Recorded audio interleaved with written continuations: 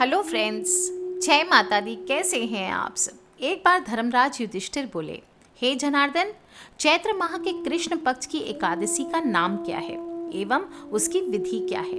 कृपा करके आप मुझे बताइए। तब श्री भगवान हरि बोले, हे राजन, चैत्र माह के कृष्ण पक्ष की एकादशी का नाम पाप मोचिनी एकादशी है। इसके व्रत के प्रभाव से मनुष्य के सभी पापों का नाश होता है और ये सब व्रतों से उत्तम व्रत है। इस पाप मोचनी एकादशी के महात्म्य के श्रवण और पठन से समस्त प्रकार के पाप नाश होते हैं और मनुष्य को मोक्ष की प्राप्ति होती है। एक समय देवर्षि नारद जी ने जगत पिता ब्रह्मा जी से पूछा, महाराज, आप मुझे चैत्र माह के कृष्ण पक्ष की एकादशी का विधान बताइए। तब ब्रह्मा जी कहने लगे, हे नारद, चैत्र माह के कृष्ण पक्ष की एकादशी पाप मोचनी एकादशी के रूप में मनाई जाती है और इस दिन भगवान विष्णु का पूजन किया जाता है। इस कथा के अनुसार प्राचीन काल में धनपति कुबेर का चैत्र रथ नाम का फूलों का एक बड़ा सुंदर बगीचा था, जहाँ हमेशा ही बसंत ऋतु बनी रहती थी। वहाँ गंधर्व कन्याएं किन्नरों के साथ सदैव विहार किया करती थी। इंद्र आदि देवता भी वहां आकर क्रीड़ा किया करते थे और उस बाग में कैलाशपति भगवान शिव जी के एक परम भक्त मेधावी नाम के ऋषि तपस्या करते थे। ये मेधावी ऋषि च्यवन ऋषि के पुत्र थे और उनकी तपस्या को देखकर इंद्र ने सोचा कि यदि मेधावी ऋषि की तपस्या सफल हो गई तो ये मेरा सिंहासन छीनकर इंद्रलोक का राजा बन जाएगा। इसलिए उसने उनकी तपस्या भंग करने के लिए विघ्न डालना शुरू किया। इस प्रयोजन के लिए इंद्र ने कामदेव एवं मंजू घोषा नामक अप्सरा को आदेश दिया कि तुम मेधावी ऋषि की तपस्या को भंग कर दो। फिर क्या था, आदेश पाते ही उन्होंने अपना काम शुरू कर दिया, परंतु ऋषि के अभिशाप के भय से वे ऋषि के नजदीक नहीं गए। उनके आश्रम के कुछ दूरी पर अपनी एक कुटिया बनाकर रहने लगे तथा नियम से प्रतिदिन वह वीणा बजाते हुए मधुर स्वर में गान करने लगी। सुगंधित पुष्प और चंदन चर्चित होकर गायिका अप्सरा मंजू घोषा के साथ कामदेव भी उन शिव भक्त ऋषि को पराभूत करने की भरसक कोशिश करने लगे। एक तो देवराज इंद्र की आज्ञा और ऊपर से शिवजी के प्रति प्रबल शत्रुता का भाव, क्योंकि शिवजी ने कामदेव को भस्म किया था। इसी बात को याद करते हुए प्रतिशोध की भावना से कामदेव मेधावी ऋषि के शरीर में प्रवेश कर गए और कामदेव के शरीर में प्रवेश करते ही च्यवन पुत्र मेधावी ऋषि भी अद्वितीय रूप राशि के स्वामी कामदेव की तरह रूपवान दिखने लगे, जिसे देखकर मंजू घोषा अप्सरा मेधावी ऋषि पर कामासक्त होकर धीरे धीरे उन मुनि के आश्रम में जाकर मधुर गान सुनाने लगी। परिणाम स्वरूप वो मेधावी ऋषि भी मंजू घोषा का रूप देखकर और संगीत सुनकर उसके वशीभूत हो गए और अपने आराध्य भगवान चंद्रमौली गौरीनाथ को भूल गए। भजन, साधन, तपस्या, ब्रह्मचर्य, ये सभी चीज़ें छोड़कर उस रमणी के साथ हास परिहास, विहार विनोद आदि में दिन बिताने लगे। इस प्रकार उनका बहुत सा समय निकल गया और मंजू घोषा ने देखा कि इनकी बुद्धि, विवेक, सदाचार, संयम सब नष्ट हो चुका है। मेरा उद्देश्य पूरा हो गया, अब मुझे इंद्रलोक वापस चले जाना चाहिए। ऐसा विचार करके एक दिन वह मुनि से बोली, हे मेधावी, मुझे यहाँ आपके पास आए काफ़ी समय हो गया, अब मुझे घर वापस जाना चाहिए।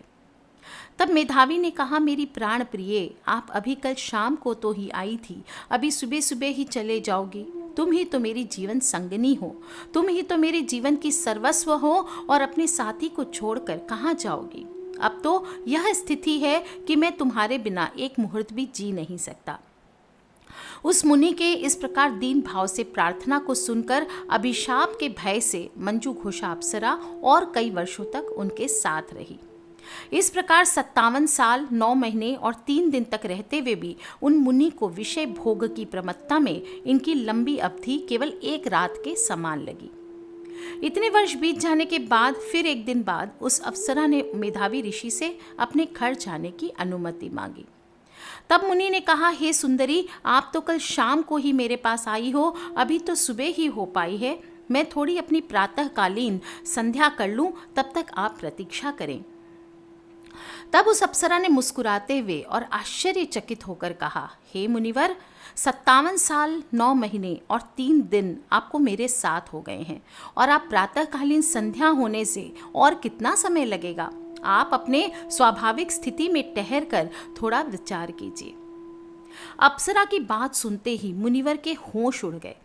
हे सुंदरी, तुम्हारे साथ मेरे 57 साल मैंने व्यर्थ कर दिए विषय आसक्ति में। हाय, तुमने तो मेरा सर्वनाश कर दिया। मेरी सारी तपस्या तुमने भंग कर दी और आत्मग्लानि के मारे मुनि की आंखों से आंसुओं की अविरल धारा बहने लगी और क्रोध से उनके अंग कांपने लगे। अप्सरा को अभिशाप देते हुए मुनि कहने लगे, तूने मेरे साथ पिशाचिनी की तरह व्यवहार किया है और जानबूझकर मुझे भ्रष्ट करके पतित कर दिया। अतः तू पिशाचिनी की गति को प्राप्त हो जा। अरे पापनी, अरे चरित्रहीननी, अरे कुलटा, तुझे 100 बार धिक्कार है। ऐसा भयंकर शाप सुनकर अप्सरा नम्र स्वर में बोली, हे विप्रेंद्र, आप अपने इस भयंकर अभिशाप को वापस ले लीजिए। मैं इतने लंबे समय से आपके साथ रही हूँ। हे स्वामिन, इस कारण मुझे क्षमा कीजिए। आप कृपा पूर्वक मुझे क्षमा कीजिए। अप्सरा की बात सुनकर मेधावी ऋषि ने कहा, अरे कल्याणी, मैं क्या करूं? तुमने मेरा बहुत बड़ा नुकसान कर दिया और गुस्से में मैंने तुम्हें अभिशाप भी दे दिया। मेरी सारी तपस्या भंग हो गई। मेरे मनुष्य जीवन का अनमोल समय तूने नष्ट कर दिया। मेरे मनुष्य जीवन के क्षण अब वो वापस नहीं आ सकते और ना ही अभिशाप वापस आ सकता है। हाँ, मैं तुमको शाप से मुक्ति का उपाय अवश्य बताऊंगा। सुनो, चैत्र माह की कृष्ण पक्ष की एकादशी समस्त प्रकार के पापों को नाश करने वाली है, इसलिए इसका नाम पाप मोचनी एकादशी है। इस एकादशी को श्रद्धा के साथ पालन करने पर तुम्हारा इस पिशाच योनि से छुटकारा हो जाएगा। ऐसा कहकर मेधावी ऋषि अपने पिता के आश्रम में चले गए। त्रिकाल यज्ञ च्यवन ऋषि ने अपने पुत्र को तपस्या से पतित हुआ देख बहुत दुखी हुए और बोले, हाय हाय पुत्र, तुमने ये क्या किया? स्वयं अपना सर्वनाश कर लिया। एक साधारण स्त्री के मोह में पड़कर तुमने अपना संपूर्ण जीवन उपार्जित तप शक्ति को नष्ट करके अच्छा नहीं किया। तब मेधावी ऋषि बोले, हे पिताजी, मैं दुर्विपाक से अप्सरा के संसर्ग से महापाप के दलदल में डूब गया था। अब आप ही कृपा करके मुझे इससे मुक्ति का उपाय बताइए ताकि मैं अपने किए हुए कुकर्म के लिए पश्चाताप करके पवित्र हो सकूं। पुत्र के प्रति दया और करुणा से द्रवीभूत होकर पुत्र की कातर प्रार्थना सुनकर कृपा करके च्यवन ऋषि बोले, चैत्र माह के कृष्ण पक्ष की एकादशी के व्रत का पालन करने पर तुम्हारे सभी पाप नष्ट हो जाएंगे। इस व्रत का पालन करो। दयालु पिता का उपदेश सुनकर मेधावी ऋषि ने चैत्र माह के कृष्ण पक्ष की एकादशी का व्रत बड़े निष्ठा और प्रेम से किया और इस व्रत के प्रभाव से उनके संपूर्ण पाप नष्ट हो गए और वे पुनः पुण्य आत्मा बन गए। इधर मंजू घोष अप्सरा भी महापुण्यप्रद पाप मोचनी एकादशी व्रत का पालन करके पिशाचिनी शरीर से मुक्ति पाकर दिव्य रूप धारण कर स्वर्ग को लौट गई। लोमेश ऋषि ने राजा मंधाता जी से इस प्रसंग का वर्णन किया और कहा, हे राजन, पाप मोचनी एकादशी व्रत के आनुषंगिक फल से ही पाप नष्ट हो जाते हैं और इस व्रत का महात्म्य श्रवण करके एवं इस एकादशी के दिन व्रत करके सहस्त्र गोदान के बराबर फलों की प्राप्ति होती है। इस व्रत के द्वारा ब्रह्म हत्या, भ्रूण हत्या, मदिरापान, गुरु पत्नी गमन जनित समस्त पाप नष्ट हो जाते हैं। तात्पर्य यह है कि श्री विष्णु व्रत समस्त पाप विनाशक एवं अनेकों पुण्य प्रदान करने वाला है, अतः सभी को इस महान एकादशी व्रत का पालन अवश्य करना चाहिए। पाप मोचनी एकादशी है और पूजन करने से, व्रत करने से सभी प्रकार के मुसीबतों से मुक्ति मिलती है, शत्रुओं का दमन होता है, पापों से क्षमा मिलती है, खोया सम्मान पुनः प्राप्त हो जाता है और मनुष्य के घर में धन धान्य की कमी नहीं होती। सभी प्रकार के सांसारिक सुखों की प्राप्ति होती है। दाम्पत्य जीवन में मधुरता बनी रहती है और महंगाई के इस जमाने में जहां अधिक से अधिक धन अर्जित करने की लालसा मनुष्य रखता है, इसमें मन चाहा पैसा मिल नहीं पाता और मिल भी जाता है तो अकारणवश खर्च हो जाता है। ऐसे में इस पाप मोचिनी एकादशी पर लक्ष्मी माता को प्रसन्न करने के लिए एक छोटा सा उपाय आप कर सकते हैं। विष्णु भगवान के साथ साथ माता लक्ष्मी की आपको पूजा करनी चाहिए। सबसे पहले विष्णु भगवान और लक्ष्मी माता की श्रद्धा अनुसार पूजन करें। धूप दीप नैवेद्य आदि से जो भी आप चाहें स्नान आदि कराएं।